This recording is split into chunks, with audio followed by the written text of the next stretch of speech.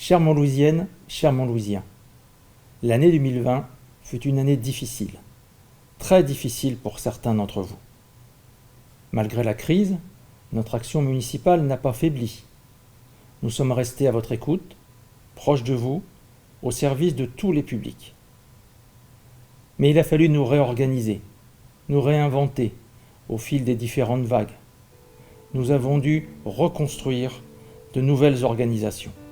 Le soutien et l'entraide sont les fondements d'une société qui avance, qui se relève à chaque fois un peu plus forte. C'est par la fraternité qu'on sauve la liberté. Cette citation de Victor Hugo est plus que jamais d'actualité. Liberté, égalité, fraternité, mais aussi laïcité.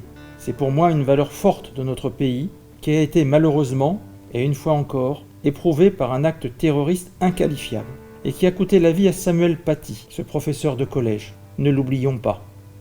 Dès le début de la crise sanitaire, nous avons soutenu la démarche Masque solidaire, initiée par les couturières. Puis, en parallèle, nous avons offert d'autres masques en tissu, réutilisables, à tous les habitants de Montlouis, et nous avons, par la suite, proposé une nouvelle mise à disposition de masques en mairie lors de la seconde vague. Les conséquences liées aux périodes de confinement ont été terribles pour les entreprises, et tout particulièrement pour les commerçants.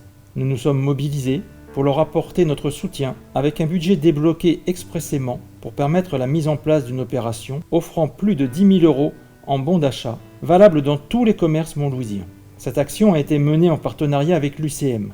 Nous avons également affiché notre soutien réel et sans faille à la fin de l'année avec une campagne de communication consommée locale.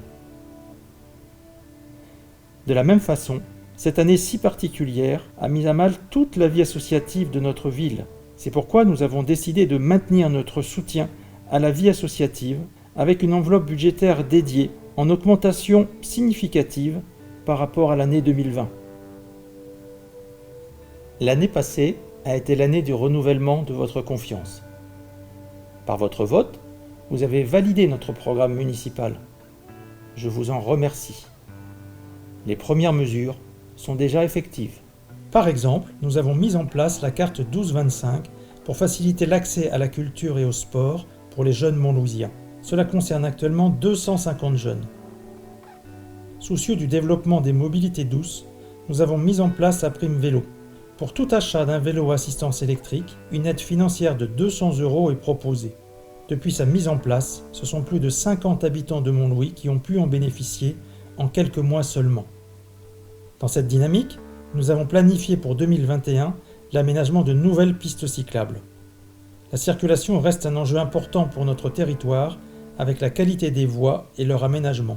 Pour cela, nous avons inscrit au budget 2021 1 200 000 € d'investissement pour la voirie. Nous allons également nous engager fortement dans la rénovation énergétique avec notamment l'installation de panneaux photovoltaïques sur le toit de l'école Émile Gerbeau.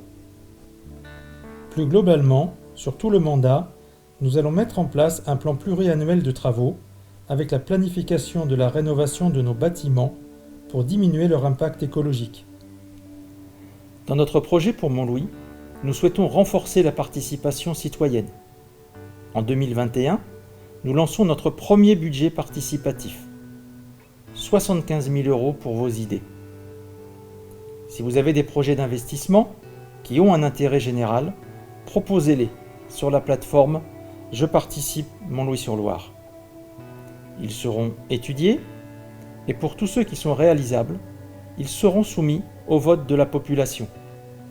Alors n'hésitez pas, à vous de jouer, imaginez, proposez, décidez.